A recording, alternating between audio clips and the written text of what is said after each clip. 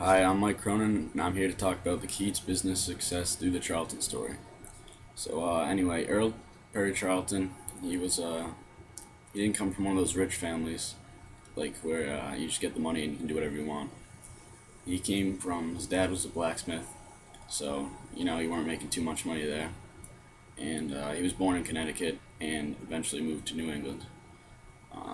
Also, you could trace his family, they're all pilgrims back, came from England, all that. Um, he started out as a traveling salesman and then eventually started his own 5, 10 cent stores, and that is really where everything took off. Uh, he had a key partner, Knox. Him and Knox, they really got things done.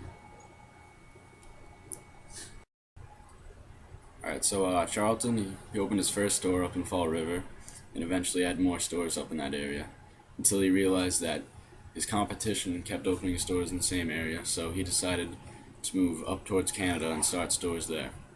This was a huge success because they just kept selling everything, and he decided to move out west towards California and places around there. What made his business so successful was that he didn't have like the all that products and whatnot behind in the open, so people could see it and just buy on impulse, which is something that you still see today and is very successful in business. Also, what made him so successful was the fact that he had so much trust in all his employees. That was really big. Uh, Charlton, he was big on honesty. If you weren't going to be honest with him, then he wasn't doing business with you.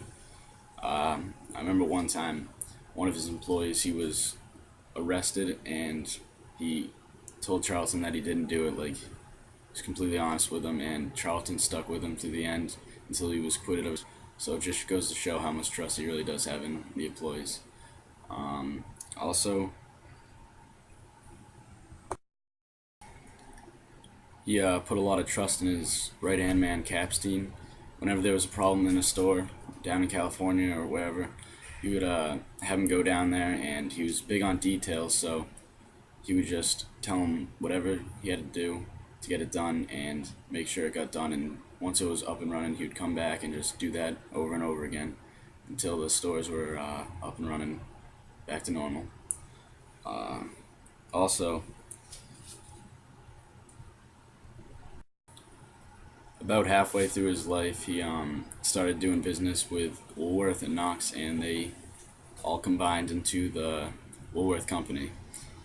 This is where he made most of his money, and so he could just settle down, but it's not what he did. He to invest a lot of his money into charities and give back to the community. A lot of things he gave back to was the Charlton School of Business, which we're in.